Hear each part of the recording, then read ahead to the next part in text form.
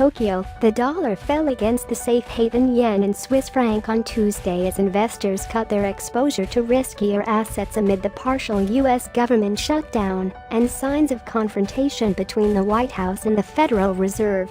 The dollar fell 0.39% to 110.00 yen, its lowest level since late August, and is set to fall for an eighth straight session against the Japanese currency, with London and New York shut for Christmas.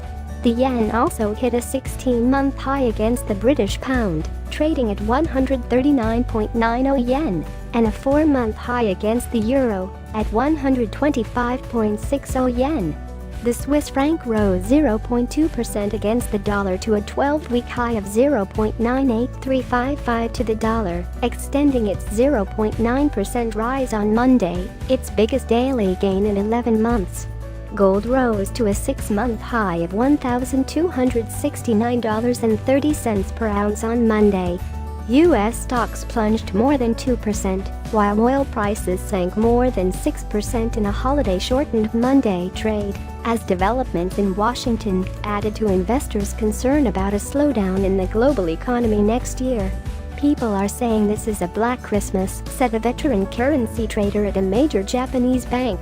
Wall Street's Volatility Index, which measures the implied volatility of stocks and is often seen as a fear gauge for investors, jumped to 36.10, the highest since February 6, when it briefly shot up to as high as 50.30.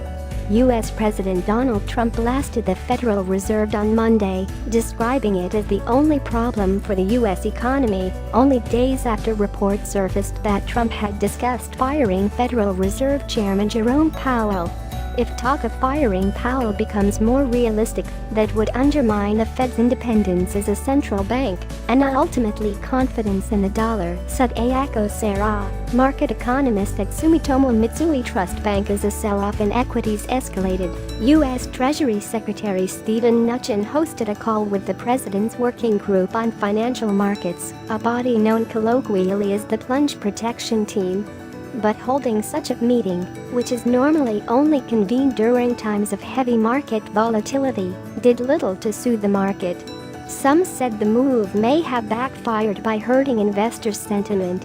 Trump also sparred with top Democrats in Congress over the partial shutdown of the U.S. government on Monday, with no sign of tangible efforts to reopen agencies. Washington's latest problems come on the heels of a major sell-off in global shares since early October on worries about Sino-U.S. tensions, higher U.S. interest rates and a waning boost from Trump's tax cuts to the U.S. economy. With many markets closed for Christmas, moves in other currencies were limited. The euro was little changed at $1.1410, having gained 0.33% on Monday.